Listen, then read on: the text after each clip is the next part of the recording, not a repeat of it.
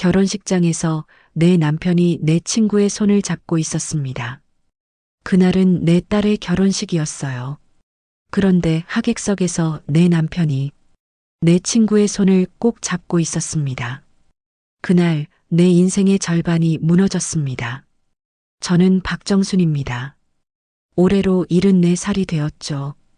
평생을 교단에 서서 아이들을 가르쳤습니다. 그 시절을 떠올리면 아직도 가슴이 뭉클해져요.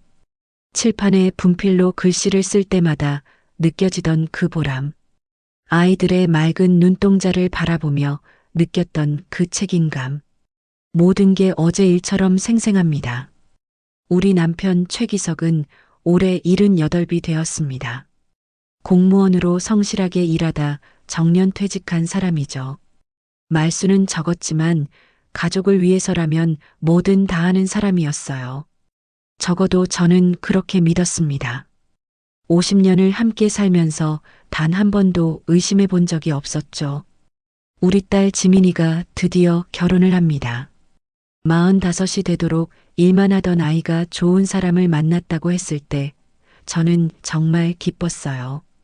늦은 나이라고 걱정하는 사람들도 있었지만 저는 딸이 자신의 길을 찾아가는 것이 자랑스러웠습니다.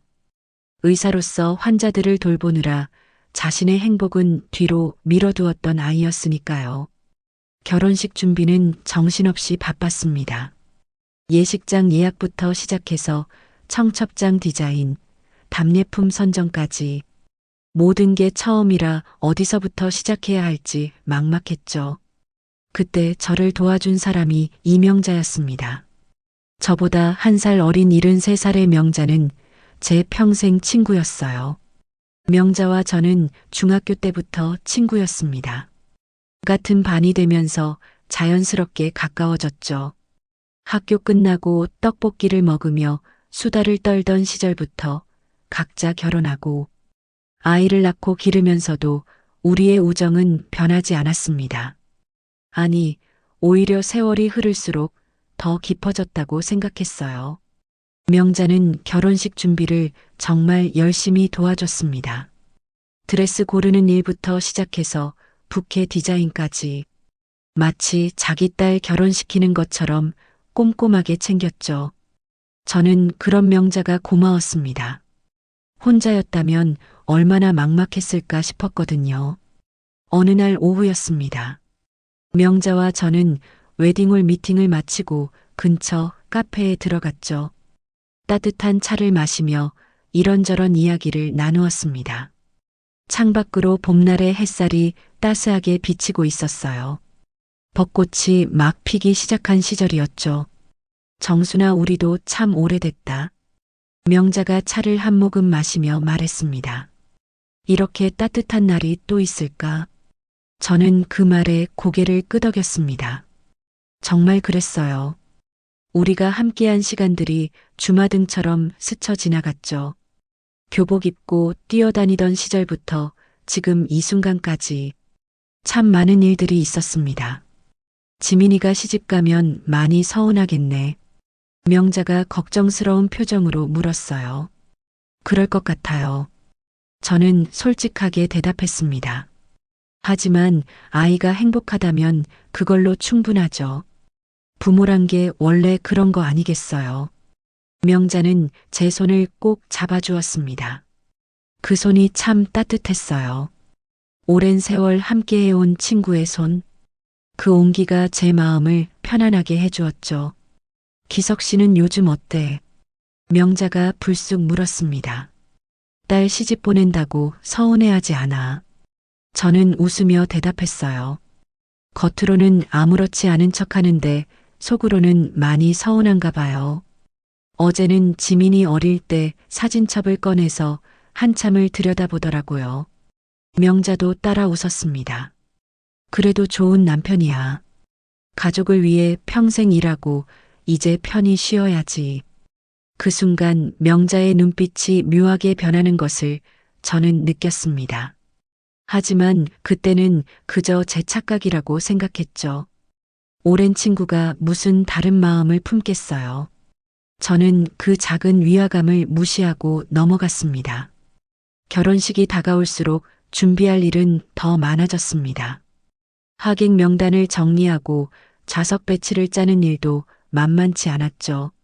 남편 쪽 친척들과 제 쪽 친척들을 어떻게 앉힐지, 지민이 직장 동료들은 어디에 모실지, 모든 게 고민이었습니다.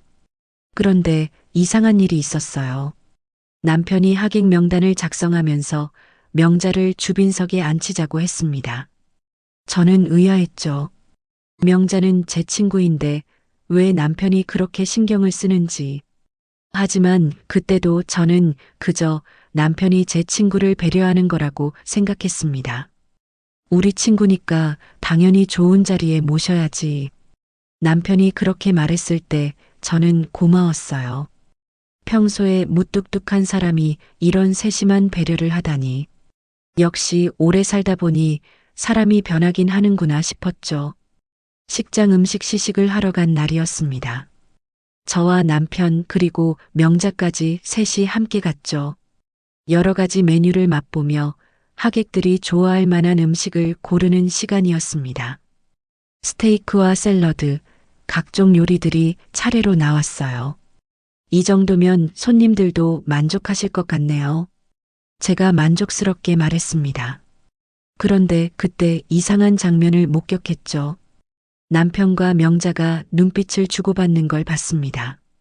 아주 짧은 순간이었지만 분명히 봤어요. 그 눈빛에는 뭔가 남다른 감정이 담겨 있었습니다. 하지만 저는 또다시 제 착각이라고 생각했죠. 50년을 함께 산 남편이 설마 그럴 리 있겠어요. 집에 돌아온 후 저는 결혼식 준비로 정신이 없었습니다. 답례품 포장을 확인하고 사회자와 최종 진행 순서를 맞추고 할 일이 산더미였죠. 남편은 평소처럼 거실에서 텔레비전을 보고 있었습니다. 늘 그랬던 것처럼 조용하고 담담하게. 여보, 내일 좀 일찍 들어올 수 있어요. 제가 물었습니다. 지민이랑 마지막으로 가족 저녁 먹고 싶은데. 남편은 잠시 망설이더니 대답했어요. 내일은 좀 늦을 것 같은데. 급한 일이 있어서. 저는 서운했지만 이해하려고 했습니다. 은퇴했다고 해도 가끔 후배들이 조언을 구하러 오곤 했으니까요. 그래도 딸 결혼 전날인데 조금은 아쉬웠죠. 그날 밤 저는 잠이 오지 않았습니다. 딸을 시집 보낸다는 게 이렇게 마음이 복잡한 일인지 처음 알았어요. 기쁘면서도 서운하고 대견하면서도 걱정스럽고 부모 마음이란 게 참 이상한 것 같습니다. 창밖을 보니 달이 밝게 떠 있었어요. 저 달빛 아래서 우리 지민이도 설레는 마음으로 잠 못 들고 있겠죠. 좋은 사람 만나서 행복하게 살았으면 좋겠다는 생각뿐이었습니다. 그게 부모가 바라는 전부니까요. 다음 날 아침 일찍 일어났습니다. 결혼식 전날이라 준비할 게 많았죠. 한복을 다시 한번 확인하고 액세서리도 점검했습니다. 명자가 아침부터 와서 도와주었어요. 역시 친구가 있다는 건 큰 힘이 됩니다. 정순아, 너무 긴장하지 마. 명자가 제 어깨를 두드려 주었습니다. 다 잘 될 거야. 고마워. 내가 있어서 정말 든든해. 저는 진심으로 그렇게 말했습니다. 그런데 명자가 갑자기 이상한 질문을 했어요. 기석 씨 오늘 어디 가니? 출장 간다고 했어. 왜? 제가 대답하자 명자는 그냥 그렇다는 듯 고개를 끄덕였습니다. 나중에 생각해 보니 그때 명자의 표정이 묘했어요. 뭔가 알고 있는 듯한, 그러면서도 숨기려는 듯한 그런 표정이었죠. 하지만 그 순간에는 전혀 눈치채지 못했습니다. 제가 너무 순진했던 걸까요? 오후가 되자 남편은 정말로 출장 간다며 집을 나섰습니다. 캐리어까지 끌고 나가는 모습을 보니 하루 이틀은 걸릴 것 같았죠. 딸 결혼식 전날에 이렇게 집을 비우다니. 서운한 마음이 들었지만 어쩔 수 없다고 생각했습니다. 지민이가 저녁에 집에 왔어요. 결혼 전 마지막으로 엄마와 단둘이 저녁을 먹고 싶다고 했죠. 우리는 지민이가 좋아하는 된장찌개를 끓여 먹었습니다. 어릴 때부터 좋아하던 반찬들도 잔뜩 만들었어요. 엄마 음식이 제일 그리울 것 같아. 지민이가 눈물을 글썽이며 말했습니다. 언제든 먹고 싶으면 와. 엄마는 항상 여기 있잖아. 저도 목이 메었지만 애써 웃으며 말했죠. 우리는 밤늦도록 이야기를 나누었습니다. 지민이의 어린 시절 이야기부터 시작해서 미래의 계획까지 참 많은 이야기를 했어요. 그런데 문득 남편이 없는 게 더 서운하게 느껴졌습니다. 가족의 마지막 밤인데 왜 자리를 비운 걸까요? 그날 밤 명자에게서 문자가 왔습니다. 내일 일찍 가서 도와줄게. 푹 쉬어. 저는 고마운 마음에 답장을 보냈죠. 정말 고마워. 내가 없었으면 어떻게 했을까? 그런데 이상한 건 명자가 보통 때와 달리 답장을 하지 않았다는 겁니다. 평소 같으면 금세 답장이 왔을 텐데. 하지만 그때는 그저 피곤해서 일찍 잔 거라고 생각했어요. 새벽에 잠깐 잠이 들었다가 깼습니다. 핸드폰을 보니 남편에게서 연락이 없었어요. 보통은 출장 가면 도착했다고 연락이 오는데 이상하다고 생각했지만 바쁜가 보다 하고 넘겼죠. 창밖이 밝아오기 시작했습니다. 드디어 딸의 결혼식 날이었어요. 제 인생에서 가장 기쁘면서도 가장 서운한 날. 그날이 제 인생을 완전히 바꿔놓을 줄은 꿈에도 몰랐습니다. 결혼식 당일 아침이 밝았습니다. 저는 새벽 5시에 눈이 떠졌죠. 가슴이 두근거려서 더 잘 수가 없었어요. 창문을 열어보니 날씨는 정말 화창했습니다. 하늘이 우리 지민이를 축복해주는 것 같았죠. 미용실 예약이 아침 7시였습니다. 서둘러 준비하고 나가려는데 남편에게서 전화가 왔어요. 드디어 연락이 왔구나 싶었죠. 여보, 오늘 제 시간에 올 수 있는 거예요. 제가 다급하게 물었습니다. 그럼 당연하지. 남편의 목소리는 평소와 다름없었어요. 11시까지는 도착할게. 걱정하지 마.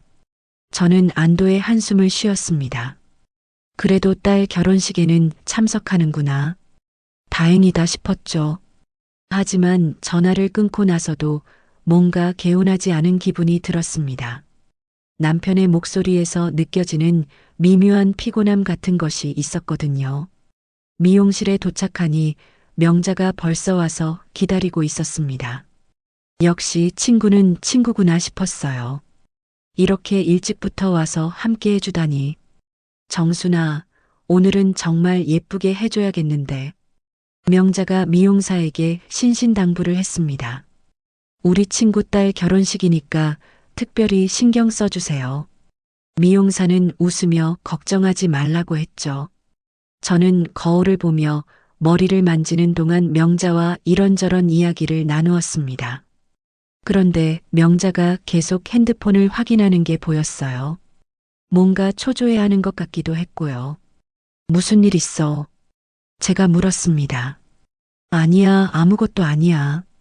명자는 급하게 핸드폰을 가방에 넣었죠. 한복을 입고 나니 정말 결혼식 날이 실감이 났습니다. 분홍빛 저고리와 연보라색 치마가 참 곱게 어울렸어요. 거울을 보니 나이 든 제 모습이 낯설면서도 뿌듯했습니다. 이 나이까지 살아서 딸 결혼식을 보게 되다니. 식장에 도착한 시간은 10시쯤이었습니다. 이미 스태프들이 분주하게 움직이고 있었죠. 꽃 장식을 마지막으로 점검하고 음향시설을 체크하고 모든 게 완벽해 보였습니다. 지민이를 신부 대기실에서 만났어요. 웨딩드레스를 입은 딸의 모습에 저는 그만 눈물이 났습니다. 어쩜 이렇게 예쁠까? 내 딸이지만 정말 아름다웠어요. 엄마, 울면 안 돼. 화장 번진다고. 지민이가 제 눈물을 닦아주었습니다. 알아. 그런데 눈물이 자꾸 나네. 저는 손수건으로 조심스럽게 눈가를 닦았죠. 신랑 쪽 가족들도 속속 도착했습니다. 사돈 어른들과 인사를 나누고 친척들과 안부를 물었어요. 모두가 축하한다며 덕담을 해주었죠. 그런데 남편이 보이지 않았습니다. 벌써 11시가 다 되어 가는데 명자가 제게 다가왔어요. 기석 씨 아직 안 왔어. 응, 곧 온다고 했는데. 저는 불안한 마음을 감추며 대답했습니다. 그때 남편이 헐레벌떡 뛰어왔어요. 정장은 입었지만 머리가 조금 헝클어져 있었죠. 숨을 헐떡이며 미안하다고 했습니다. 늦어서 미안해. 차가 막혀서. 남편의 이마에는 땀이 송글송글 맺혀 있었어요. 괜찮아요. 왔으면 됐죠. 저는 남편의 넥타이를 바로 잡아주었습니다. 그런데 그때 이상한 냄새가 났어요. 남편에게서 낯선 향수 냄새가 났던 겁니다. 여자 향수 같은. 하지만 그 순간은 너무 정신이 없어서 깊이 생각할 겨를이 없었죠. 드디어 결혼식이 시작되었습니다. 웨딩 마치가 울려 퍼지고 지민이가 버질로드를 걸어 들어왔어요. 남편과 제가 양옆에서 딸의 손을 잡고 걸었죠. 그 짧은 순간이 영원처럼 느껴졌습니다. 우리 딸이 이제 정말 시집을 가는구나. 주례 없는 결혼식이라 진행이 빨랐습니다. 신랑 신부의 맹세와 반지 교환, 그리고 축가, 모든 게 순조롭게 진행되었어요. 하객들도 모두 행복한 표정으로 박수를 쳐주었죠. 사회자가 신랑 신부를 위해 큰 박수를 부탁한다고 했습니다. 저도 힘차게 박수를 치며 뒤를 돌아봤어요. 하객들의 축하하는 얼굴을 보고 싶었거든요. 그런데 그때 제 눈에 들어온 장면이 있었습니다. 하객석 맨 뒤편이었어요. 남편 최기석이 거기 서 있었습니다. 그런데 혼자가 아니었죠. 명자와 함께 서 있었는데 두 사람이 손을 잡고 있었습니다. 그것도 아주 자연스럽게, 마치 오래전부터 그래왔던 것처럼. 저는 순간 제 눈을 의심했습니다. 내가 잘못 본 게 아닐까? 다시 봤지만 분명했어요. 남편이 명자의 손을 꼭 잡고 있었고 명자는 그 손을 뿌리치지 않았습니다. 오히려 더 꼭 잡는 것 같았죠. 제 머릿속이 하얗게 변했습니다. 지금 내가 뭘 보고 있는 거지? 왜 남편이 내 친구 손을 잡고 있지? 그것도 딸 결혼식장에서, 수많은 사람들이 있는 이곳에서. 다시 앞을 돌아봤을 때 신랑 신부가 입맞춤을 하고 있었습니다. 사람들이 환호하고 박수를 쳤어요. 저도 기계적으로 박수를 쳤죠. 하지만 제 마음은 이미 여기에 없었습니다. 뒤에서 손을 잡고 있는 두 사람이 자꾸 떠올랐거든요. 신부 어머님, 한 말씀 부탁드립니다. 사회자가 마이크를 건네주었어요. 저는 떨리는 마음을 진정시키고 마이크를 잡았습니다. 지민이를 향해 축하의 말을 전해야 했죠. 그런데 입이 떨어지지 않았어요. 목구멍이 막힌 것처럼 말이 나오지 않았습니다. 우리 지민이가. 저는 간신히 입을 열었습니다. 좋은 사람 만나서 결혼하게 되어 정말 기쁩니다. 행복하게 잘 살기를 바랍니다. 짧은 인사였지만 그게 제가 할 수 있는 전부였어요. 다시 뒤를 돌아봤을 때 남편과 명자는 떨어져 있었습니다. 마치 아무 일도 없었던 것처럼. 하지만 저는 분명히 봤어요. 그들이 손을 잡고 있었다는 것을. 식이 끝나고 포토타임이 이어졌습니다. 양가 가족 사진을 찍고 친구들과 사진을 찍고 저는 웃으며 포즈를 취했지만 마음은 천길 낭떠러지로 떨어지는 것 같았죠. 엄마, 괜찮아요. 지민이가 걱정스럽게 물었어요. 얼굴이 안 좋아 보여요. 아니야, 괜찮아. 그냥 좀 피곤해서. 저는 억지로 미소를 지었습니다. 남편이 다가왔어요. 수고했어. 그가 제 어깨를 두드렸죠. 그 손길이 그렇게 낯설게 느껴진 건 처음이었습니다. 50년을 함께 산 남편인데 마치 처음 보는 사람 같았어요.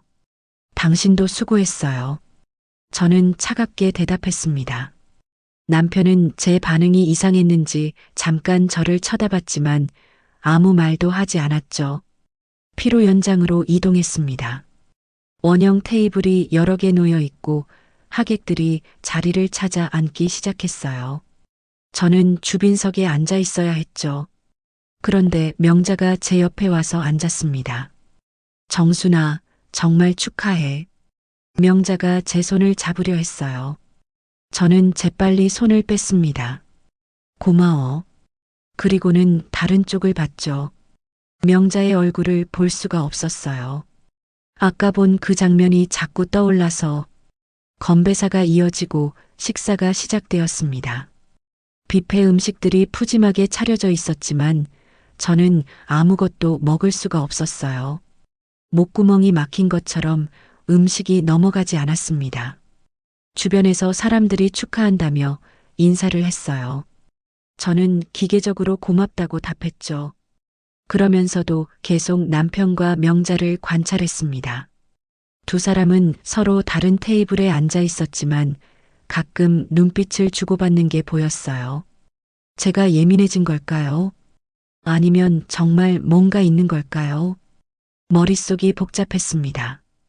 50년 지기 친구와 남편이 그럴 리 없다고 생각하면서도 아까 본 장면이 자꾸 떠올랐어요.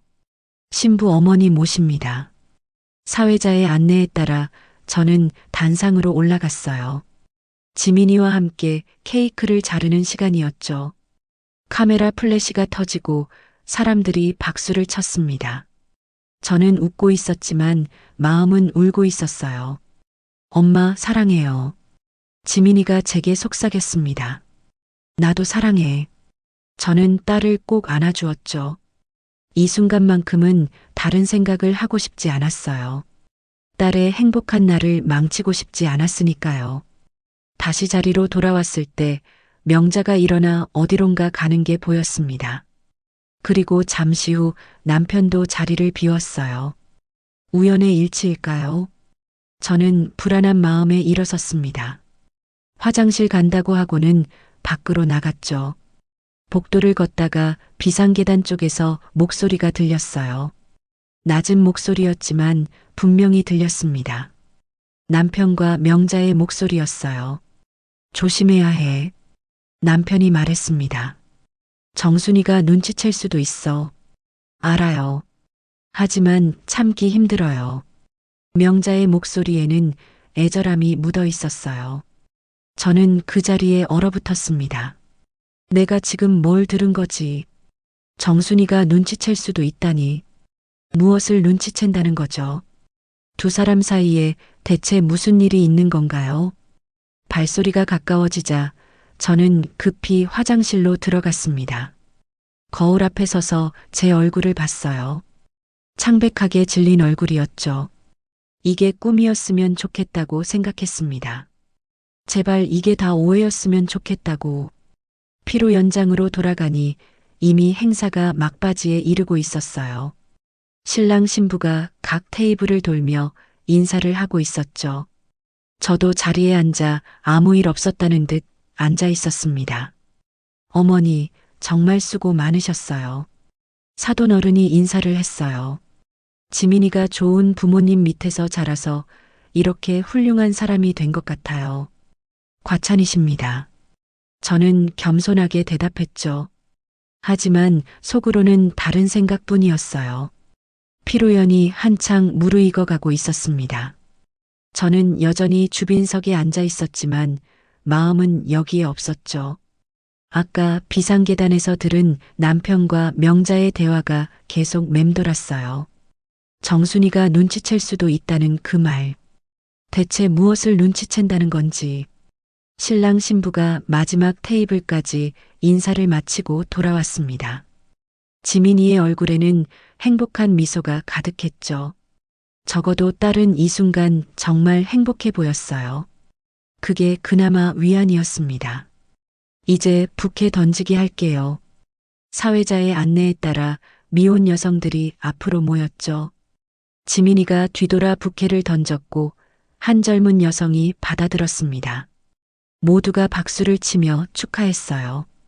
저는 그 와중에도 남편과 명자를 살폈습니다. 두 사람은 각자의 자리에 앉아 있었지만 가끔씩 시선이 마주치는 게 보였어요. 그럴 때마다 명자의 눈빛에는 뭔가 간절한 것이 담겨 있었죠. 식사가 거의 끝나갈 무렵이었습니다. 사람들이 삼삼오오 모여 이야기를 나누고 있었어요.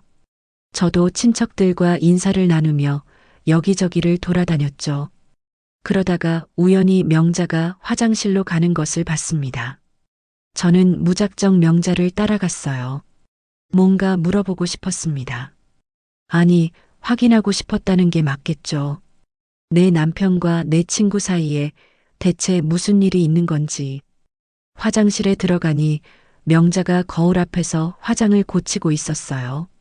저와 눈이 마주치자 잠깐 당황한 표정을 지었지만 곧 웃으며 말했죠. 정순아, 정말 좋은 결혼식이야. 지민이가 너무 예뻐.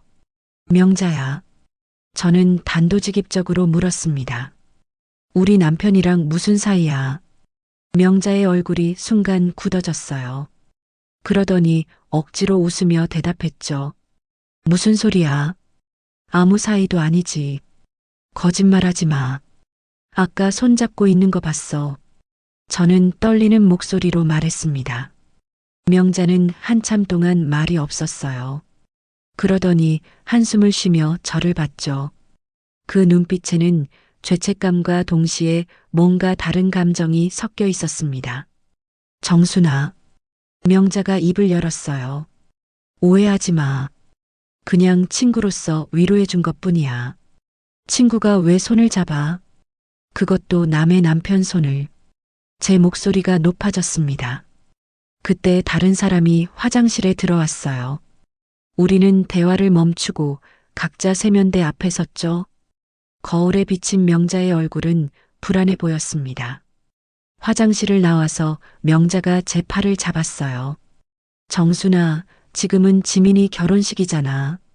나중에 이야기하자. 저는 명자의 손을 뿌리쳤습니다. 그래, 나중에 이야기하자. 하지만 명자야, 나는 다 알고 있어. 그 말을 남기고 저는 피로 연장으로 돌아왔어요. 남편이 자리에 앉아 있는 게 보였죠. 태연하게 옆 사람과 이야기를 나누고 있었습니다. 저런 사람이 어떻게 나를 속일 수 있을까? 50년을 함께 산 사람이. 시간이 흘러 피로연이 끝나가고 있었습니다. 하객들이 하나둘 떠나기 시작했죠. 저는 문 앞에 서서 인사를 했어요. 와주셔서 감사합니다. 덕분에 좋은 결혼식이 되었습니다. 그런데 그때였어요. 명자가 남편에게 다가가는 것을 봤습니다. 연회장 한쪽 구석이었죠. 사람들이 많이 떠나서 한산한 곳이었어요. 명자가 남편의 귀에 대고 뭔가 속삭였습니다. 오늘 밤에도. 명자의 입모양이 보였어요. 호텔로 가요. 저는 그 순간 다리에 힘이 풀렸습니다. 오늘 밤에도 호텔로 가자니. 그럼 이전에도 갔다는 얘기인가요? 언제부터? 얼마나 자주? 수많은 의문이 머릿속을 가득 채웠죠. 남편이 고개를 끄덕이는 게 보였어요. 그리고는 주변을 살피더니 명자의 손을 잠깐 잡았다 놨습니다. 그 짧은 순간의 손길에 담긴 의미를 저는 너무나 잘 알 수 있었어요. 그건 연인들의 손길이었으니까. 제 손이 떨리기 시작했습니다. 들고 있던 샴페인 잔이 흔들렸죠. 그러다가 그만 잔을 놓쳐버렸어요. 와장창 소리와 함께 잔이 바닥에 떨어져 산산조각이 났습니다. 어머니 괜찮으세요? 웨이터가 달려와서 조각을 치웠어요. 네, 괜찮아요. 제가 대답했지만 전혀 괜찮지 않았죠. 지민이가 걱정스럽게 다가왔습니다. 엄마, 정말 괜찮아. 너무 피곤한 것 같은데. 응, 조금 피곤하네. 저는 억지로 웃으며 말했어요. 너는 신경 쓰지 마. 오늘은 내 날이잖아. 그래도 엄마가 걱정돼. 지민이가 제 손을 잡았어요. 손이 차가워요. 괜찮아. 정말 괜찮아. 저는 딸을 안심시키려고 애썼죠. 하지만 전혀 괜찮지 않았습니다. 제 안에서 뭔가가 무너져 내리고 있었어요. 50년간 쌓아온 신뢰가, 사랑이, 우정이 모두 한순간에 무너지는 것 같았죠. 저는 자리를 피해 화장실로 갔습니다. 거울 앞에 서서 찬물로 얼굴을 씻었어요. 거울에 비친 제 얼굴은 늙고 지쳐 보였죠. 74살. 이 나이에 이런 일을 겪어야 하다니. 눈물이 날 것 같았지만 참았습니다. 지금은 울 때가 아니었어요. 딸의 결혼식 날이니까. 적어도 오늘만큼은 아무 일 없었던 것처럼 행동해야 했죠. 지민이를 위해서라도. 피로 연장으로 돌아오니 이제 정말 마무리 단계였어요. 신랑 신부가 마지막 인사를 하고 있었죠. 저도 옆에 서서 함께 인사했습니다. 남편도 제 옆에 섰어요. 우리는 마치 평범한 부부인 것처럼 서 있었죠. 수고하셨습니다. 잘 마무리됐네요. 남편이 제게 말했어요. 네. 저는 짧게 대답했습니다. 더 이상 무슨 말을 해야 할지 모르겠더라고요. 명자도 다가와서 인사했어요. 정순아, 정말 고생했어. 좋은 결혼식이었어. 저는 명자를 차갑게 쳐다봤습니다. 고마워. 그런데 명자야, 넌 먼저 가. 피곤할 테니까. 명자는 뭔가 더 말하려다가 그만두었어요. 그래, 먼저 갈게. 그리고는 서둘러 자리를 떴죠. 남편의 눈이 명자를 따라가는 게 보였습니다. 그 눈빛에 담긴 아쉬움을 저는 놓치지 않았어요. 이제 정리하고 집에 가자. 남편이 말했어요. 먼저 가요. 저는 좀 더 있다가 갈게요. 제가 대답했죠. 왜? 같이 가지. 남편이 의아해했어요. 지민이랑 좀 더 이야기하고 싶어서요. 당신은 피곤할 테니 먼저 가요. 저는 단호하게 말했습니다. 남편은 잠시 망설이다가 고개를 끄덕였어요. 그래, 그럼 먼저 갈게. 너무 늦지는 마. 남편이 떠난 후 저는 지민이와 함께 있었습니다. 딸은 행복해 보였어요. 신랑과 손을 잡고 있는 모습이 정말 사랑스러웠죠. 적어도 딸은 행복했으면 좋겠다고 생각했습니다. 엄마, 오늘 정말 고마웠어요. 지민이가 말했어요. 엄마가 있어서 이렇게 좋은 결혼식을 할 수 있었어요. 아니야. 내가 좋은 사람 만나서 엄마가 더 고맙지. 저는 딸의 머리를 쓰다듬었어요. 집에 돌아온 시간은 저녁 8시쯤이었습니다. 남편은 집에 없었어요. 어디 갔냐고 묻지도 않았죠. 이미 알고 있었으니까. 호텔로 갔겠지. 명자와 함께. 저는 소파에 앉아서 한참을 멍하니 있었어요. 50년. 우리가 함께한 시간이었죠. 그 긴 세월 동안 남편을 믿고 의지하며 살았는데 그게 다 거짓이었나 싶었습니다. 핸드폰을 꺼내 사진첩을 열었어요. 우리 가족 사진들이 있었죠. 지민이 어린 때 사진, 가족여행 갔을 때 사진, 남편과 제가 젊었을 때 사진. 그때는 정말 행복했는데 언제부터 이렇게 된 걸까요? 그때 문자가 왔어요. 남편이었죠. 늦을 것 같다. 먼저 자. 저는 답장하지 않았습니다. 뭐라고 답해야 할지 모르겠더라고요. 명자랑 잘 놀다 와요 라고 할 수도 없고 그냥 핸드폰을 내려놓았죠. 밤이 깊어가는데 잠이 오지 않았어요. 계속 오늘 있었던 일들이 떠올랐습니다. 손잡고 있던 두 사람, 비상계단에서의 대화, 그리고 호텔로 가자는 속삭임. 모든 게 악몽 같았어요. 새벽 2시가 되어서야 남편이 들어왔습니다. 조심스럽게 문을 여는 소리가 들렸죠. 발소리를 죽이며 안방으로 들어왔어요. 저는 자는 척했습니다. 남편이 옷을 갈아입는 소리가 들렸어요. 그리고는 침대에 누웠죠. 평소처럼 자연스럽게, 마치 아무 일도 없었던 것처럼. 그 태어남이 더 밉더라고요. 저는 눈을 감고 있었지만 잠들 수 없었습니다. 옆에 누워있는 남편이 낯설게 느껴졌어요. 이 사람이 내가 아는 그 사람이 맞나? 50년을 속였단 말인가? 아니면 최근에 시작된 일인가? 분노와 배신감, 그리고 모멸감이 뒤섞여서 가슴이 터질 것 같았습니다. 하지만 아무 말도 하지 않았어요. 아직은 때가 아니라고 생각했거든요. 일단 확실한 증거를 찾아야겠다고 마음먹었죠. 그날 밤은 정말 길었습니다. 1시간이 10시간처럼 느껴졌어요. 남편의 숨소리를 들으며 온갖 생각을 다 했죠. 이혼을 해야 하나? 그냥 모른 척 살아야 하나? 명자와 대판 싸워야 하나? 하지만 결론은 하나였습니다. 복수? 그래, 복수를 해야겠다. 그냥 넘어갈 수는 없어.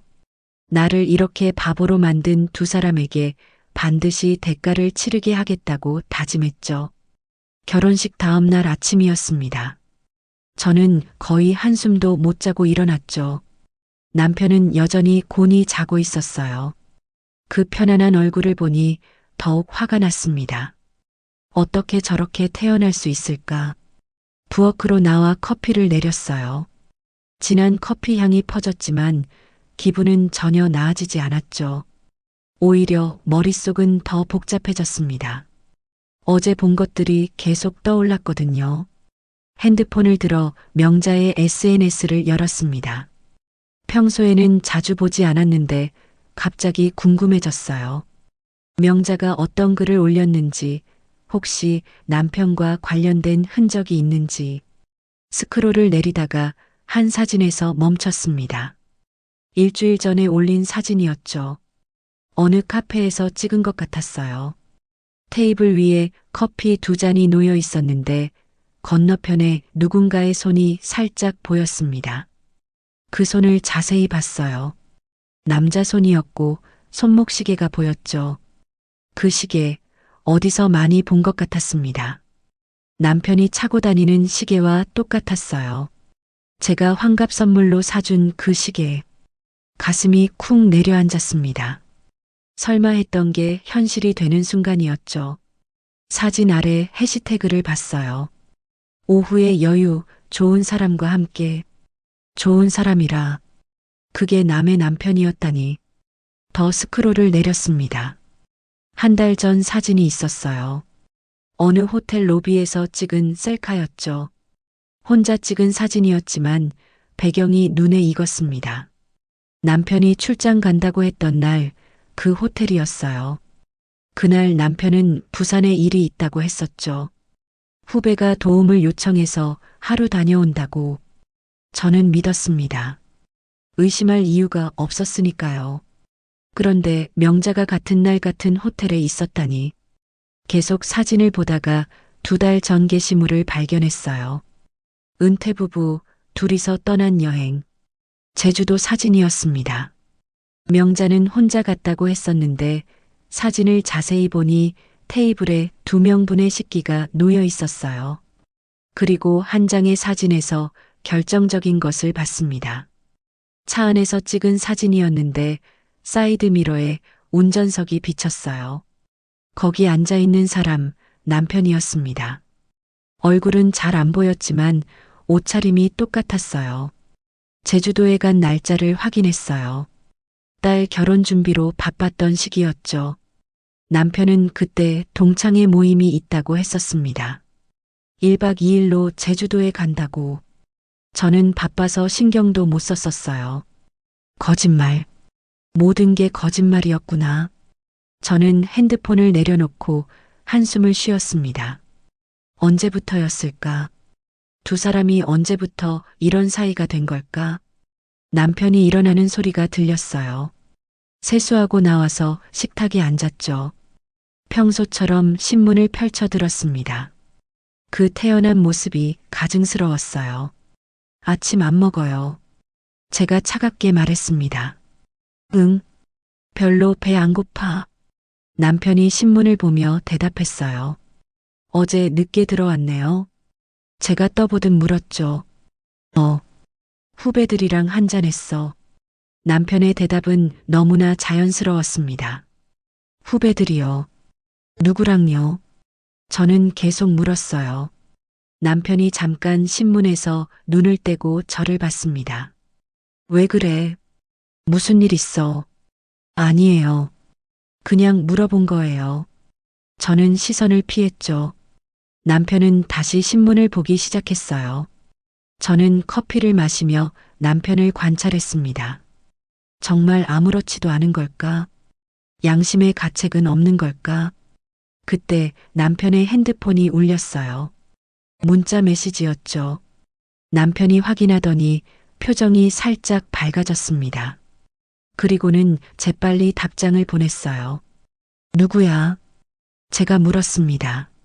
아니야. 별거 아니야. 남편이 핸드폰을 주머니에 넣었어요. 저는 직감적으로 알았습니다. 명자구나. 명자가 문자를 보낸 거구나. 그 짧은 순간 남편 얼굴에 나타난 그 표정. 그건 분명 연인에게 연락이 왔을 때의 표정이었어요. 잠시 나갔다 올게. 남편이 일어났습니다. 어디 가는데요? 제가 물었죠. 운동 좀 하고 올게. 남편은 운동복으로 갈아입었어요. 저는 아무 말 없이 지켜봤습니다.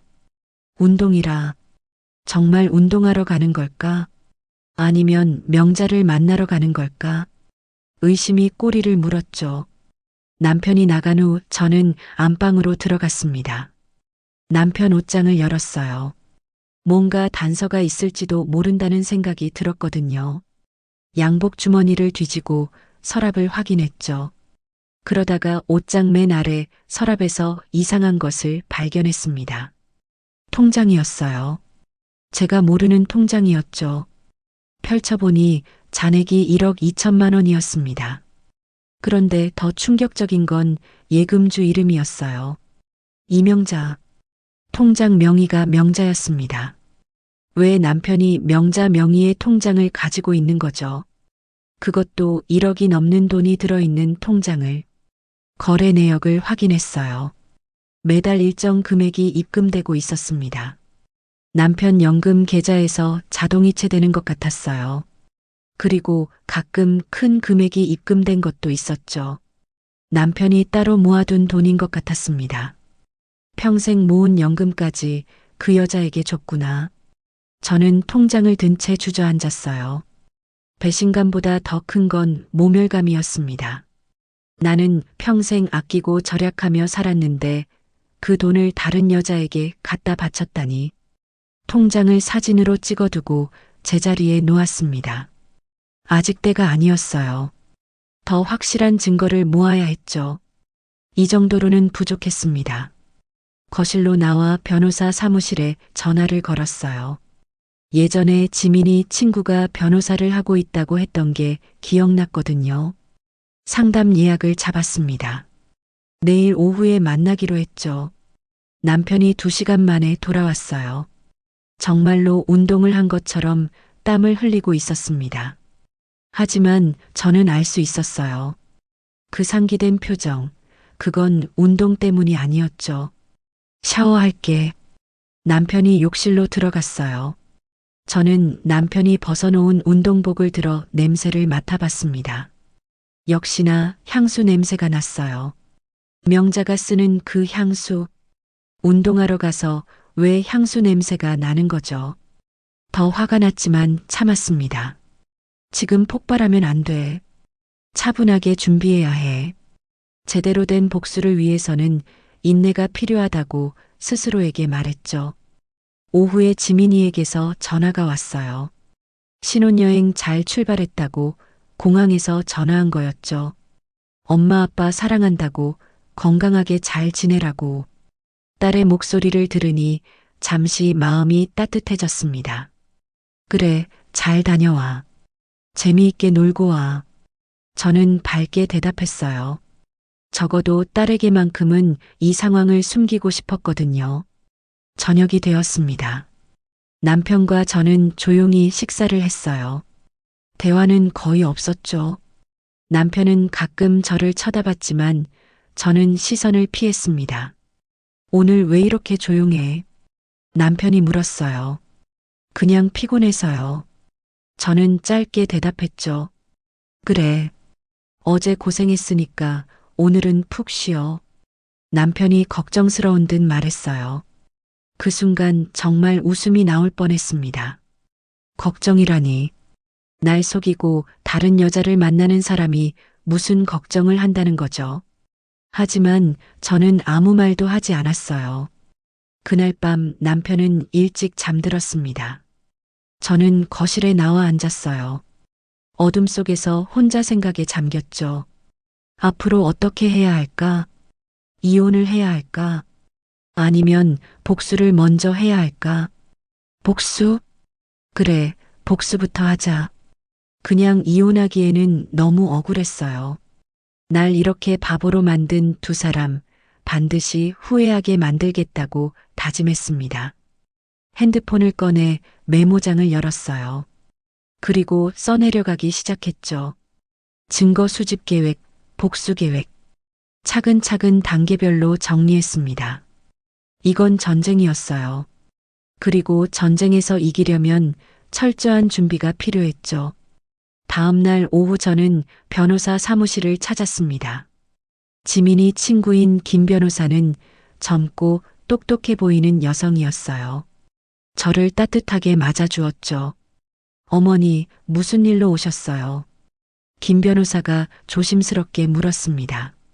저는 준비해간 통장 사진과 SNS 캡처 화면을 보여주었어요. 그리고 지금까지 있었던 일들을 차분히 설명했죠. 김 변호사는 진지하게 듣더니 몇 가지를 메모했습니다. 일단 더 확실한 증거가 필요합니다. 김 변호사가 말했어요. 불륜 증거도 있어야 하고 재산 은닉 관련해서도 더 조사가 필요해요. 어떤 증거가 필요한가요? 제가 물었습니다. 사진이나 영상, 문자 메시지, 통화 녹음 등이요. 그리고 이 통장과 관련해서는 금융거래 내역을 더 자세히 확보해야 합니다. 저는 고개를 끄덕였어요. 그래요. 제가 더 준비하겠습니다. 그런데 변호사님, 한 가지 더 물어볼 게 있어요. 네, 말씀하세요. 김 변호사가 기다렸죠. 남편이 공무원 연금을 받고 있는데요. 혹시 부정하게 사용한 게 있다면 어떻게 되나요? 제가 조심스럽게 물었습니다. 김 변호사의 눈이 반짝였어요. 만약 연금을 부정하게 사용했다면 큰 문제가 될 수 있습니다. 형사 고발도 가능하고요. 어머니, 혹시 관련 증거가 있으신가요? 아직은 확실하지 않아요. 하지만 조사해 보겠습니다. 저는 단호하게 말했죠. 집으로 돌아오는 길에 명자에게서 전화가 왔어요. 받기 싫었지만 받았습니다. 뭔가 더 알아낼 수 있을지도 모른다는 생각이 들었거든요. 정순아, 우리 차 한잔 할래? 명자의 목소리는 평소와 같았어요. 왜? 할 말 있어. 제가 차갑게 물었습니다. 그냥 오랜만에 보고 싶어서. 어제 결혼식 때 제대로 이야기도 못했잖아. 저는 잠시 생각했어요. 만나서 더 캐낼 수 있을지도 모른다. 그래, 어디서 볼까? 우리 단골 카페 어때? 명자가 제안했죠. 1시간 후 카페에서 만났습니다. 명자는 평소처럼 밝게 웃으며 저를 맞았어요. 그 웃음이 가식적으로 보였죠. 정순아, 피곤해 보인다. 명자가 걱정스럽게 말했어요. 그래, 좀 피곤하네. 저는 커피를 한 모금 마셨습니다. 어색한 침묵이 흘렀어요. 명자도 뭔가 할 말이 있는 것 같았지만 쉽게 꺼내지 못하는 눈치였죠. 명자야. 제가 먼저 입을 열었어요. 우리 얼마나 오래 친구였지. 중학교 때부터니까 60년이 넘었네. 명자가 대답했습니다. 그래, 60년. 긴 시간이지. 그런데 넌 그 긴 시간 동안 날 친구로 생각했어. 제가 물었어요. 명자의 얼굴이 굳어졌습니다. 무슨 소리야? 당연히 친구지. 친구가 친구 남편을 탐내. 제가 직설적으로 말했죠. 명자는 아무 말도 하지 못했어요. 그저 커피잔만 만지작거렸죠. 그 침묵이 모든 걸 말해주고 있었습니다. 언제부터야? 제가 물었어요. 정순아. 명자가 간신히 입을 열었습니다. 미안해. 정말 미안해. 하지만 어쩔 수 없었어. 어쩔 수 없다니. 무엇이 어쩔 수 없다는 거야. 제 목소리가 높아졌어요. 사랑은 내 마음대로 되는 게 아니잖아. 명자의 눈에 눈물이 고였습니다. 사랑. 그게 사랑이야. 남의 남편을 빼앗는 게. 제가 비웃었죠. 명자는 고개를 숙였어요. 할 말이 없는 것 같았습니다. 저는 가방에서 통장 사진을 꺼내 테이블에 놓았어요. 이것도 사랑이야. 1억 2천만 원. 내 남편 돈을 내 명의로 빼돌린 것도 사랑이라고 할 거야. 제가 따졌습니다. 명자의 얼굴이 하얗게 질렸어요. 이걸 어떻게 해? 다 알아. 너희가 언제 어디서 만났는지도 알고 어제 호텔 간 것도 알아. 제가 말했죠. 정순아, 제발. 명자가 애원했어요. 한 번만 용서해줘. 다시는 안 그럴게. 용서. 뭘 용서해. 이미 늦었어. 저는 자리에서 일어났습니다. 정순아. 명자가 제 팔을 잡았어요. 제발 기석 씨한테는 말하지 마. 내가 다 정리할게. 저는 명자의 손을 뿌리쳤습니다. 이제 와서 무슨 정리를 한다는 거야. 그리고 명자야, 이건 시작일 뿐이야. 너희가 한 짓에 대한 대가는 반드시 치르게 될 거야. 카페를 나왔을 때 손이 떨렸어요.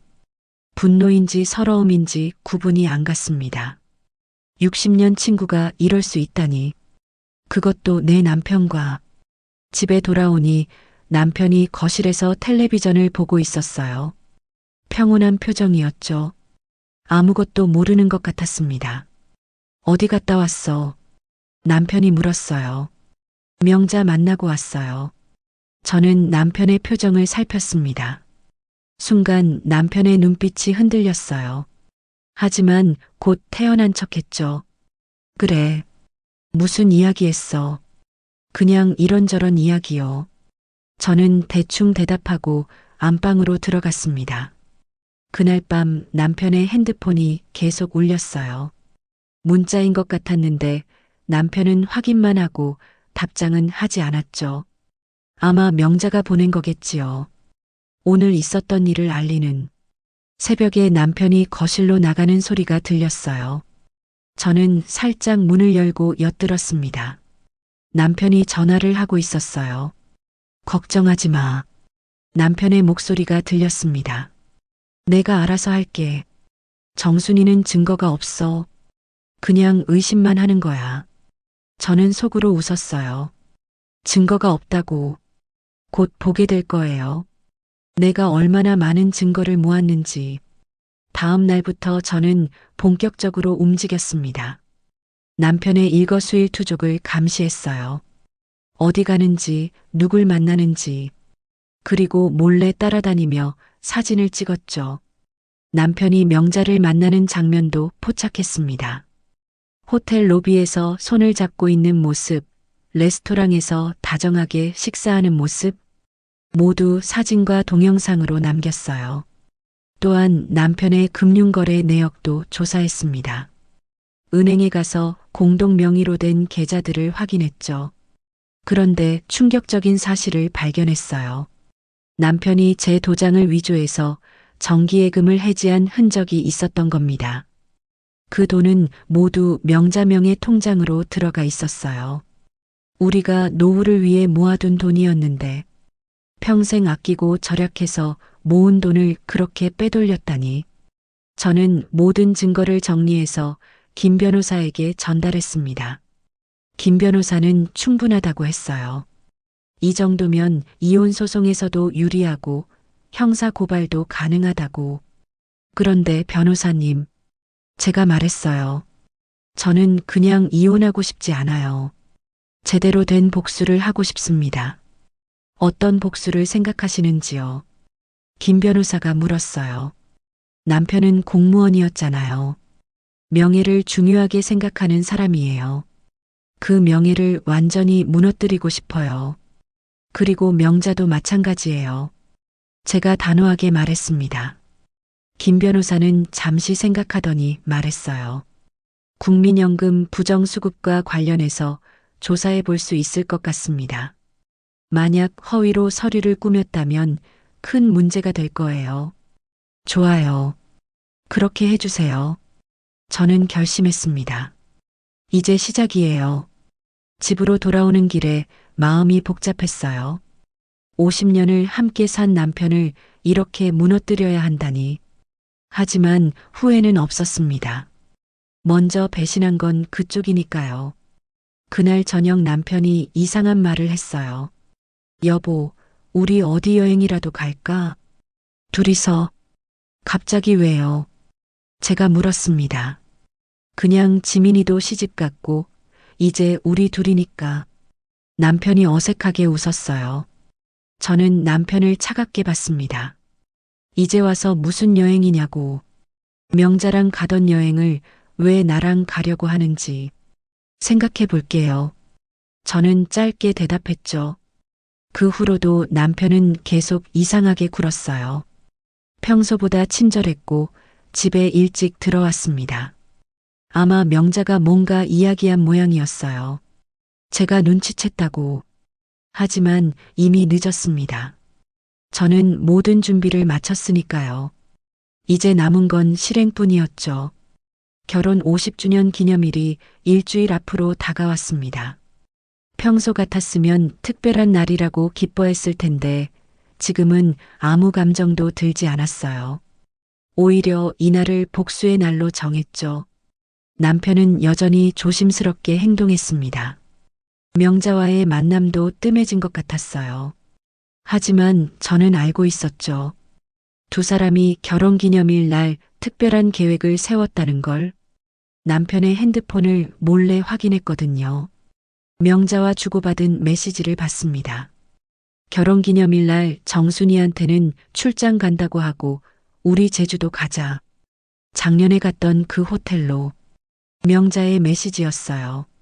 남편의 답장도 봤습니다. 그래, 비행기표 예약했어. 이번이 마지막이 될 수도 있으니까 특별하게 보내자. 마지막이라. 맞아요. 정말 마지막이 될 거예요. 하지만 그들이 생각하는 것과는 전혀 다른 의미의 마지막이겠죠. 저는 김 변호사와 최종 계획을 조율했습니다. 모든 서류가 준비되었고 경찰과 기자들에게도 연락이 닿았어요. 결정적인 순간을 포착하기 위해 모든 게 완벽하게 준비되었죠. 기념일 사흘 전 남편이 예상대로 거짓말을 했습니다.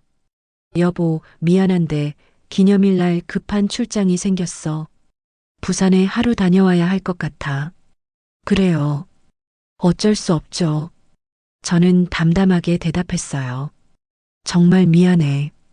돌아와서 따로 기념일 보내자. 남편이 미안한 듯 말했죠. 괜찮아요. 일이 중요하죠. 저는 속으로 비웃었습니다. 거짓말도 이제 자연스럽구나. 기념일 전날 밤 저는 남편의 가방을 확인했어요. 역시나 제주도 가는 준비를 하고 있었죠. 여름 옷과 수영복까지 챙겨놓은 게 보였습니다. 부산 출장이라고 했으면서 그날 밤 잠을 설쳤어요. 내일이면 모든 게 끝난다. 50년의 결혼 생활도 60년의 우정도 모든 게 끝나는 날. 그런데 이상하게 슬프지 않았습니다. 오히려 시원했어요. 기념일 아침 남편은 일찍 일어나 준비했습니다. 저는 자는 척하고 있었죠.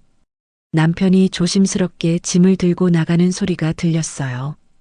현관문이 닫히는 소리와 함께 1시간 후 저도 일어나 준비했습니다. 검은색 정장을 입었어요. 마치 장례식에 가는 것처럼. 오늘은 정말로 무언가의 장례식이 될 테니까요. 공항으로 향했습니다. 김 변호사가 이미 와서 기다리고 있었어요. 경찰들도 대기하고 있었죠. 그리고 몇몇 기자들도 있었습니다. 제가 제보한 대로 전직 고위 공무원의 연금 비리 사건이라고. 제주도행 비행기 출발 시간이 가까워졌어요. 저는 출국장 앞에서 기다렸습니다. 그리고 드디어 그들이 나타났죠. 남편과 명자가 나란히 걸어오고 있었어요. 두 사람은 행복해 보였습니다. 손을 잡고 있었고 남편이 명자에게 뭔가 속삭이자 명자가 웃었어요. 그 모습을 보니 역겨웠습니다. 그때 경찰이 다가갔어요. 최기석 씨죠. 국민연금 부정수급 및 횡령 혐의로 체포합니다. 남편의 얼굴이 하얗게 질렸어요. 뭐라고요? 이게 무슨... 그때 저는 앞으로 나섰습니다. 남편과 명자의 눈이 휘둥그레졌어요. 정순아. 남편이 떨리는 목소리로 불렀죠. 안녕하세요, 여보. 저는 차갑게 인사했습니다. 제주도 여행 재미있게 하려고 했나 봐요. 이게 당신이 한 짓이야. 남편이 믿을 수 없다는 표정으로 물었어요. 아니에요. 저는 고개를 저었습니다.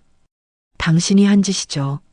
내 도장을 위조해서 예금을 빼돌리고 연금을 부정하게 사용하고 그 돈을 이 여자 명의로 빼돌린 거. 모두 당신이 한 일이에요. 명자가 주저앉았어요. 정순아, 제발. 한 번만 용서해줘. 용서요. 저는 명자를 내려다봤습니다. 60년 우정과 50년 결혼 생활을 배신한 사람들이 무슨 용서를 바라는 거죠. 기자들이 사진을 찍기 시작했어요. 플래시가 터지고 질문이 쏟아졌죠. 남편은 얼굴을 가리려 했지만 소용없었습니다. 최기석 씨, 한 말씀 해주시죠. 정말 연금을 부정 사용하신 건가요? 이명자 씨와는 어떤 관계인가요? 가족은 이 사실을 알고 있었나요? 경찰이 남편에게 수갑을 채웠어요. 그 순간 남편이 저를 봤습니다. 그 눈빛에는 배신감과 분노가 가득했죠. 하지만 저는 담담했어요. 내가 먼저 그런 눈빛으로 당신을 봤었거든요. 명자는 울면서 저에게 매달렸어요. 정순아, 제발. 나 좀 도와줘. 우리 친구잖아. 친구. 저는 명자의 손을 뿌리쳤습니다. 친구는 무슨 친구? 넌 내 인생을 망친 원수야. 경찰이 남편을 데리고 갔어요. 명자는 그 뒤를 따라갔죠. 아마 그녀도 조사를 받아야 할 거예요. 공범 혐의로. 저는 그 자리에 서서 한참을 바라봤습니다. 50년의 세월이 이렇게 끝나는구나. 허무하면서도 시원했어요. 이제 정말 끝이구나. 김 변호사가 다가왔습니다. 어머니, 괜찮으세요? 네, 괜찮아요. 오히려 후련해요. 저는 진심으로 그렇게 말했죠. 이제부터가 시작입니다.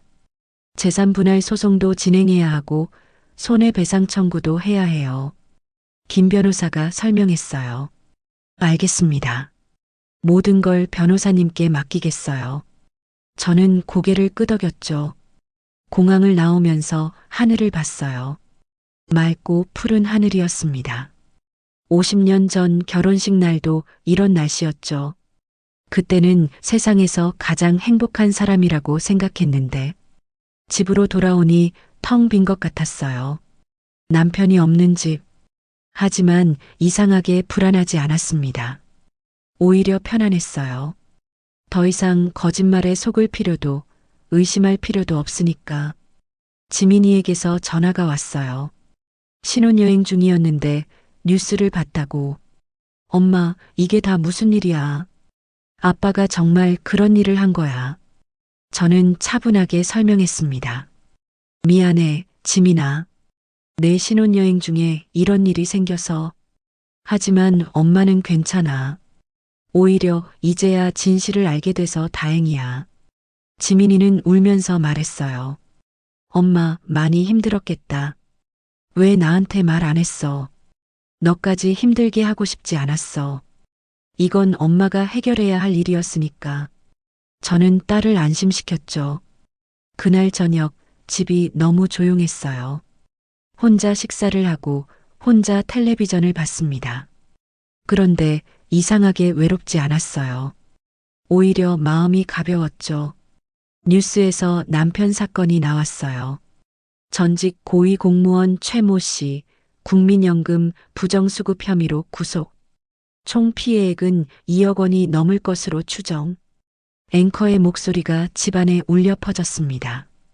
저는 텔레비전을 껐어요. 더 볼 필요가 없었으니까. 이제 모든 게 세상에 알려졌고 남편은 그 대가를 치르게 될 거예요. 다음 날부터 전화가 빗발쳤습니다. 친척들, 친구들, 이웃들 모두가 위로한다고 전화했어요. 하지만 저는 위로받고 싶지 않았습니다. 그저 조용히 있고 싶었어요. 특히 남편 쪽 친척들의 전화가 많았죠. 어떻게 가족을 이렇게 할 수 있냐고, 너무한 거 아니냐고. 저는 그들에게 말했습니다. 먼저 배신한 건 최기석이에요. 저는 그저 진실을 밝혔을 뿐입니다. 일주일 후 남편을 면회 갔어요. 구치소에서 만난 남편은 많이 수척해져 있었죠. 수의를 입은 모습이 낯설었습니다. 왜 왔어? 남편이 차갑게 물었어요. 그래도 50년을 함께 산 사이인데 한 번은 봐야죠. 저는 담담하게 말했습니다. 당신이 날 이렇게 만들었어. 남편이 원망스럽게 말했어요. 저는 웃었습니다. 내가요. 내가 당신에게 명자와 바람피라고 했나요? 내가 당신에게 돈을 빼돌리라고 했나요? 모든 건 당신이 선택한 일이에요. 남편은 아무 말도 하지 못했어요. 그저 고개를 숙이고 있을 뿐이었죠. 이혼 서류에 도장 찍어요. 제가 서류를 내밀었습니다. 그리고 재산 분할도 법원이 정한 대로 하겠어요. 남편이 서류를 받아들었어요. 떨리는 손으로 도장을 찍었죠. 50년 결혼 생활이 그렇게 끝났습니다. 명자는 어떻게 됐어? 남편이 물었어요. 글쎄요. 알고 싶지 않네요. 저는 차갑게 대답했고요. 면회를 마치고 나오면서 뒤를 돌아보지 않았어요. 이제 정말 끝이었으니까. 그 사람은 더 이상 제 남편이 아니었습니다. 집으로 돌아오는 길에 명자에게서 전화가 왔어요. 받지 않았죠. 그녀와는 더 이상 할 말이 없었으니까. 하지만 계속 전화가 와서 결국 받았습니다. 정순아, 나야. 명자의 목소리는 많이 지쳐 있었어요. 뭐? 할 말 있어. 제가 차갑게 물었죠. 미안해. 정말 미안해. 내가 죽을 죄를 지었어. 명자가 울면서 말했어요. 그래, 죽을 죄를 지었지. 하지만 사과한다고 달라지는 건 없어. 저는 단호하게 말했습니다. 정순아, 내가 병원에 입원했어. 스트레스로 쓰러졌어. 명자가 힘겹게 말했어요. 그래서 내가 병문안이라도 가주길 바라는 거야. 제가 비웃었죠. 아니야. 그냥 너한테 마지막으로 할 말이 있어서. 명자가 말했어요. 마지막이든 뭐든 난 들을 생각 없어. 그리고 명자야, 다시는 연락하지 마. 저는 전화를 끊었습니다. 그날 밤 오랜만에 일기를 썼어요. 오늘로 모든 게 끝났다. 배신한 남편과 친구에게 복수했다. 그들은 이제 각자의 죗값을 치르게 될 것이다. 나는 이제 자유다. 2달이 지났습니다. 남편의 재판이 시작되었죠. 저는 증인으로 출석했어요. 법정에 선 남편은 더욱 초췌해 보였습니다. 한때는 당당했던 공무원이었는데 지금은 죄인의 모습이었죠. 검사가 저에게 질문했어요. 증인은 피고인이 어떻게 돈을 빼돌렸는지 알고 계셨습니까? 네. 제 도장을 위조해서 정기예금을 해지했습니다. 그리고 그 돈을 이명자 씨 명의 계좌로 이체했죠. 저는 차분하게 대답했어요. 언제 그 사실을 아셨습니까? 검사가 물었습니다. 딸 결혼식 이후에 우연히 통장을 발견했습니다. 그리고 은행에 가서 확인해 보니 제 도장이 위조된 걸 알게 되었죠. 제가 설명했어요. 남편의 변호사가 반대 신문을 했습니다. 증인은 피고인과 50년을 함께 살았습니다. 그동안 피고인이 가족을 위해 헌신했다는 걸 아시죠? 네, 알고 있습니다. 하지만 그것과 범죄는 별개의 문제입니다. 저는 단호하게 말했어요. 재판이 끝나고 남편이 저를 봤어요. 그 눈빛에는 여전히 원망이 가득했죠. 하지만 저는 개의치 않았습니다. 그가 먼저 저를 배신했으니까요. 집으로 돌아오는 길에 병원에서 전화가 왔어요. 이명자 씨 보호자이신가요? 아니요. 저는 보호자가 아닙니다. 제가 대답했어요. 이명자 씨가 급히 수술을 받아야 하는데 보호자 연락처가 이 번호밖에 없어서요. 간호사가 당황한 듯 말했죠. 저는 잠시 고민했습니다. 그래도 한때는 친구였는데. 하지만 이내 마음을 굳혔어요. 죄송하지만 저는 도와드릴 수 없습니다. 다른 분께 연락해 보세요. 전화를 끊고 나서도 마음이 복잡했어요. 명자가 수술을 받아야 한다니. 하지만 그건 더 이상 제 일이 아니었습니다. 며칠 후 명자의 조카라는 사람에게서 연락이 왔어요. 이모가 수술을 받았는데 깨어나서 계속 어머님을 찾는다고. 한 번만 와주실 수 없냐고. 저는 거절했습니다. 미안하지만 갈 수 없어요. 명자 씨와 저는 이제 남이에요. 하지만 결국 병원에 가게 되었어요. 명자의 상태가 너무 안 좋다는 소식을 들었거든요. 마지막 일 수도 있다는 의사의 말에 발걸음을 돌렸죠. 병실에 누워있는 명자는 정말 많이 야위어 있었어요.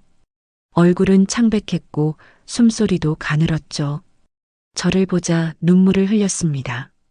정순아, 와줘서 고마워. 명자가 힘겹게 말했어요. 마지막이라고 해서 왔어. 더 이상의 정은 없으니까 착각하지 마. 제가 차갑게 말했죠. 명자가 제 손을 잡으려 했지만 저는 피했어요.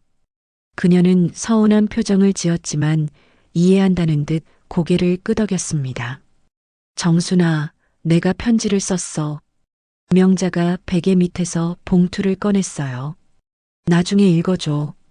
저는 봉투를 받았지만 읽을 생각은 없었습니다. 그저 그녀의 마지막 부탁이니 받아주는 것뿐이었죠. 미안해. 정말 미안해. 하지만 그 사람을 사랑했어. 명자가 울면서 말했어요. 저는 명자를 내려다봤습니다. 그건 사랑이 아니라 탐욕이야. 남의 것을 빼앗으려는 탐욕. 진짜 사랑은 상대방을 위해 희생하는 거야. 넌 그저 내 욕심만 채우려 했을 뿐이야. 명자는 더 이상 말하지 못했어요. 그저 눈물만 흘릴 뿐이었죠. 저는 돌아서서 병실을 나왔습니다. 그게 명자를 본 마지막이었어요. 일주일 후 명자가 세상을 떠났다는 소식을 들었습니다. 장례식장에는 가지 않았어요.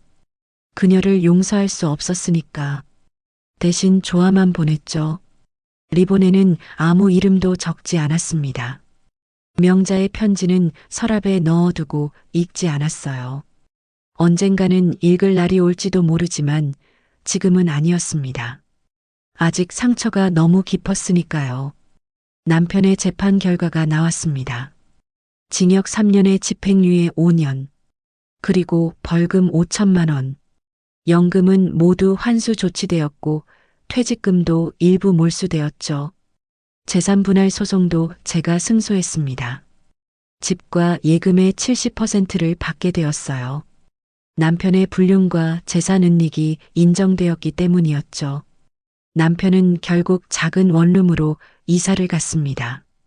한때 고위 공무원이었던 사람이 이제는 초라한 독거노인이 된 거예요. 자업자득이라고 생각했지만 한편으로는 씁쓸했습니다. 지민이가 와서 저를 위로했어요. 엄마, 이제 새로운 삶을 시작해요. 과거는 잊고 앞으로 나아가요. 그래, 내 말이 맞아. 이제 새로운 시작이야. 저는 딸을 안으며 말했죠. 동네 사람들의 시선이 부담스러웠어요. 모두가 저를 불쌍하게 보거나 동정했죠. 그래서 결심했습니다. 이사를 가자. 새로운 곳에서 새롭게 시작하자. 지민이네 집 근처로 이사를 했어요. 작지만 아늑한 아파트였죠. 혼자 살기에는 충분했습니다. 무엇보다 딸 가족과 가까이 있을 수 있어서 좋았어요. 새 집을 정리하면서 옛 물건들을 많이 버렸습니다. 남편과의 추억이 담긴 물건들, 명자와 찍은 사진들, 모두 과거의 일이었으니까요. 그런데 결혼 앨범만은 버리지 못했어요. 젊은 시절 우리의 모습이 담겨 있었거든요. 그때는 정말 행복했는데 언제부터 이렇게 엇나간 걸까 하는 생각이 들었죠. 이웃들과도 새로 친해졌습니다. 꽃꽂이 모임에도 나가고 요가 수업도 들었어요. 처음엔 어색했지만 점점 적응이 되었죠. 사람들은 제 과거를 몰랐고 저도 굳이 말하지 않았습니다. 어느 날 남편에게서 편지가 왔어요. 떨리는 글씨로 쓴 편지였죠. 정순, 미안하다. 내가 잘못했다. 한 번만 용서해 줄 수 없겠니? 우리 다시 시작할 수는 없을까? 저는 편지를 찢어버렸어요. 이제 와서 무슨 용서냐고. 이미 너무 늦었다고. 다시 시작할 수 있는 건 아무것도 없었습니다. 가끔 남편 소식을 듣곤 했어요. 건강이 많이 안 좋아졌다고, 치매 초기 증상이 있다고. 하지만 더 이상 제 걱정거리는 아니었죠. 그가 선택한 길이었으니까. 명자의 조카가 한번 찾아왔어요. 이모가 남긴 재산을 일부 어머님께 드리고 싶다고. 저는 거절했습니다. 필요 없어요. 그 돈은 더러운 돈이에요. 받고 싶지 않습니다. 조카는 이모가 마지막까지 어머님께 죄송하다고 했다며 눈물을 흘렸어요. 하지만 저는 마음이 움직이지 않았습니다. 배신의 상처는 쉽게 아물지 않는 법이니까요. 그렇게 시간이 흘렀습니다. 상처는 조금씩 아물어갔고 새로운 일상이 자리를 잡았어요. 혼자만의 평화로운 삶, 거짓도 배신도 없는 조용한 일상이었죠. 어느 날 꿈을 꿨어요. 젊은 시절의 남편과 명자, 그리고 제가 함께 웃고 있는 꿈이었죠. 꿈속에서 우리는 행복해 보였습니다. 깨어났을 때 눈물이 흘렀어요. 그래도 한때는 진짜로 행복했었구나 싶어서 1년이 흘렀습니다. 저는 지민이네 집 근처에 작은 꽃집을 열었어요. 늘 꽃을 좋아했는데 이제야 꿈을 이룬 거죠. 아침마다 싱싱한 꽃들을 보면서 하루를 시작하는 게 즐거웠습니다. 꽃집은 작지만 아늑했어요. 동네 사람들이 하나둘 단골이 되었죠. 저는 정성껏 꽃다발을 만들어 주었고 때로는 차 한 잔을 대접하며 이야기를 나누었습니다. 그렇게 새로운 관계들이 만들어졌어요. 이제는 꽃향기 말고는 믿을 게 없네. 저는 혼잣말처럼 중얼거렸죠. 하지만 그것만으로도 충분했습니다. 꽃은 거짓말을 하지 않으니까요. 어느 날 아침 텔레비전을 켜니 뉴스가 나오고 있었어요. 전직 공무원 연금 비리 사건 종결, 최모 씨외 3명 실형 확정, 앵커의 목소리가 들렸죠. 저는 잠시 화면을 봤습니다.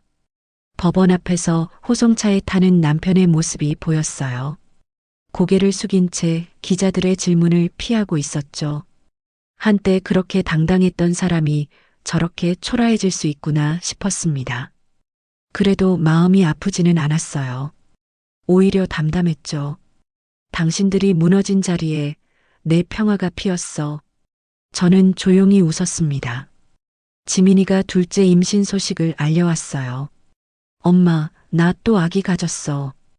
이번엔 아들이래. 정말 축하해. 저는 딸을 꼭 안아주었어요. 새 생명의 소식은 언제나 기쁜 법이죠. 엄마가 옆에 있어서 정말 든든해. 애기 봐줄 사람이 있어서. 지민이가 웃으며 말했습니다. 당연히 봐줘야지. 할머니가 할 일이 그거잖아. 저도 웃으며 대답했어요. 꽃집에 온 손님 중에 최 선생님이라는 분이 있었어요. 70대 초반의 신사였는데 일주일에 한 번씩 꼭 들러서 장미 한 송이를 사갔죠. 혹시 부인께 드리시는 건가요? 제가 물었어요. 아니요. 아내는 5년 전에 세상을 떠났어요. 그냥 제가 보려고 사는 겁니다. 최 선생님이 쓸쓸하게 웃었죠. 우리는 가끔 차를 마시며 이야기를 나누었어요. 그분도 저처럼 배우자를 잃고 혼자 사는 분이었죠. 물론 상황은 완전히 달랐지만요. 인생 참 예측할 수 없죠. 최 선생님이 말했어요. 평생 함께할 줄 알았던 사람이 먼저 떠나고. 그러게요. 함께할 줄 알았던 사람이 배신하기도 하고요. 제가 의미심장하게 말했죠. 최 선생님은 제 사연을 묻지 않았어요. 그저 고개를 끄덕일 뿐이었죠. 그 배려가 고마웠습니다. 계절이 바뀌고 있었어요. 꽃집에도 계절마다 다른 꽃들이 들어왔죠. 봄에는 튤립과 프리지아, 여름에는 장미와 해바라기, 가을에는 국화와 코스모스, 겨울에는 동백과 수선화. 꽃들을 보면서 깨달았어요. 모든 것에는 때가 있다는 걸. 피는 때가 있고 지는 때가 있듯이 사랑하는 때가 있고 이별하는 때가 있는 거구나. 어느 날 낯선 번호로 전화가 왔어요. 받아보니 요양병원이었죠. 최기석 씨 보호자이신가요? 아니요. 저는 보호자가 아닙니다. 제가 대답했어요. 최기석 씨가 치매가 심해져서 요양병원에 입원하셨는데 계속 부인을 찾으세요. 간호사가 설명했습니다. 죄송하지만 저는 이혼한 사람입니다. 더 이상 부인이 아니에요. 제가 단호하게 말했죠. 전화를 끊고 나서 복잡한 감정이 들었어요. 치매라니. 그 똑똑했던 사람이. 하지만 동정심은 들지 않았습니다. 스스로 자초한 일이니까요. 지민이가 출산했어요. 정말 예쁜 아들이었죠. 저는 산후조리원에서 딸을 돌봐주었습니다. 첫째 딸도 할머니를 잘 따랐어요. 할머니, 꽃집에 가고 싶어요. 손녀가 말했어요. 그래, 가자. 할머니가 예쁜 꽃 보여줄게. 저는 손녀의 손을 잡았죠. 꽃집에서 손녀와 시간을 보내는 게 행복했어요. 아이는 꽃들을 보며 신기해했고 저는 꽃 이름을 하나하나 알려주었죠. 이런 게 진짜 행복이구나 싶었습니다. 최 선생님과는 좋은 친구가 되었어요. 가끔 함께 전시회도 가고 콘서트도 갔죠. 사람들이 오해할까봐 조심스러웠지만 그저 친구일 뿐이었습니다. 사모님, 혼자 사시기 외로우시죠? 최 선생님이 어느 날 물었어요. 처음엔 외로웠어요. 하지만 이제는 괜찮아요. 혼자만의 시간도 나쁘지 않더라고요. 제가 대답했죠. 그래도 좋은 사람 만나시면 좋겠어요.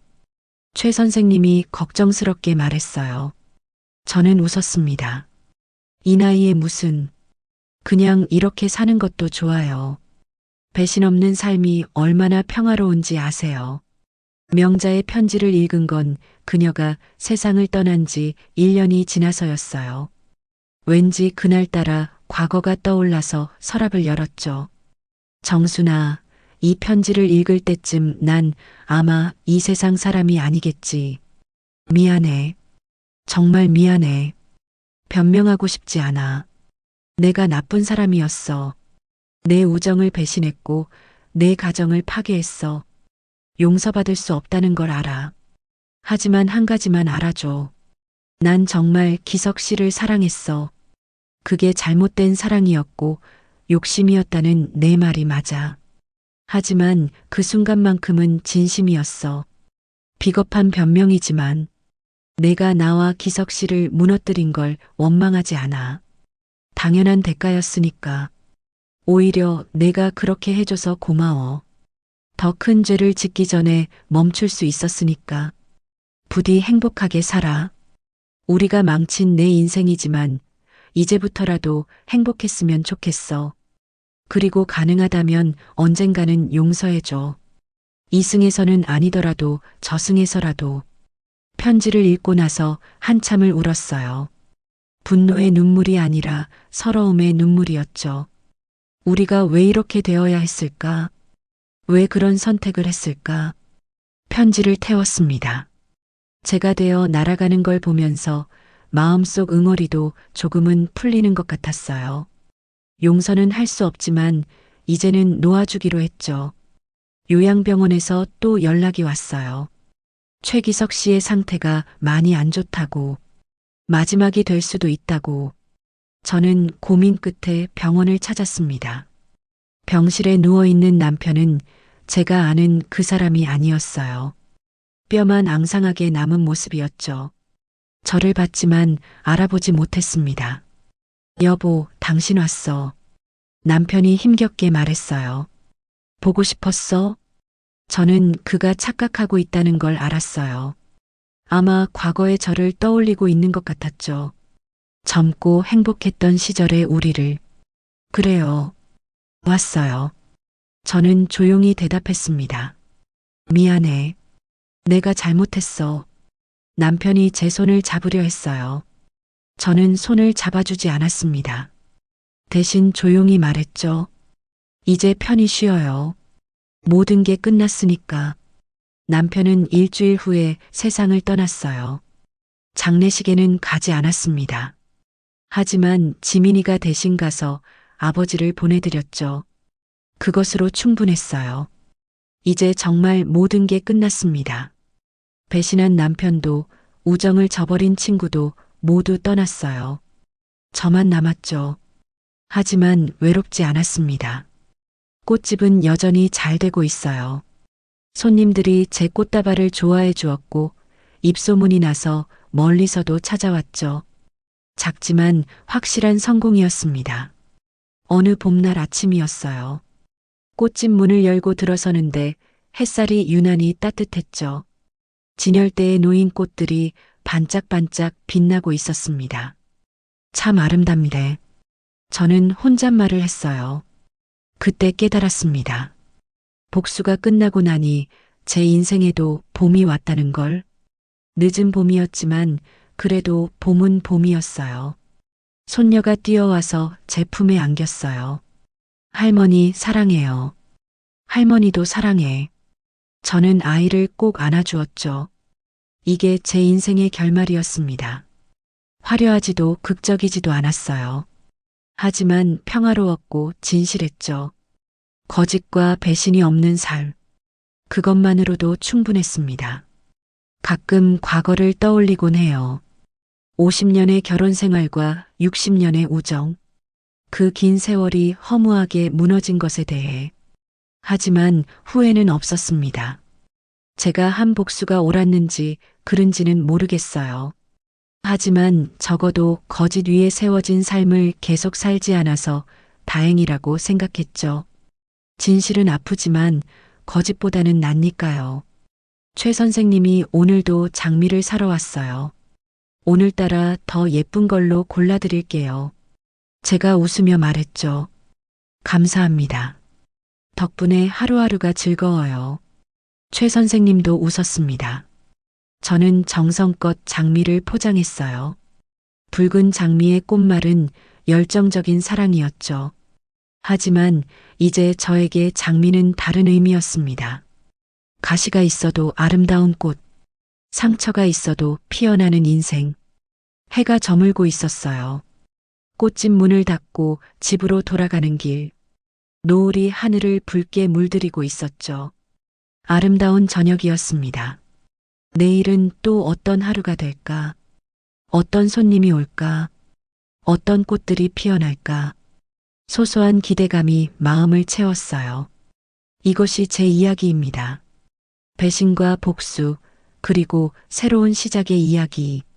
누군가는 제가 너무했다고 할지도 모르겠어요.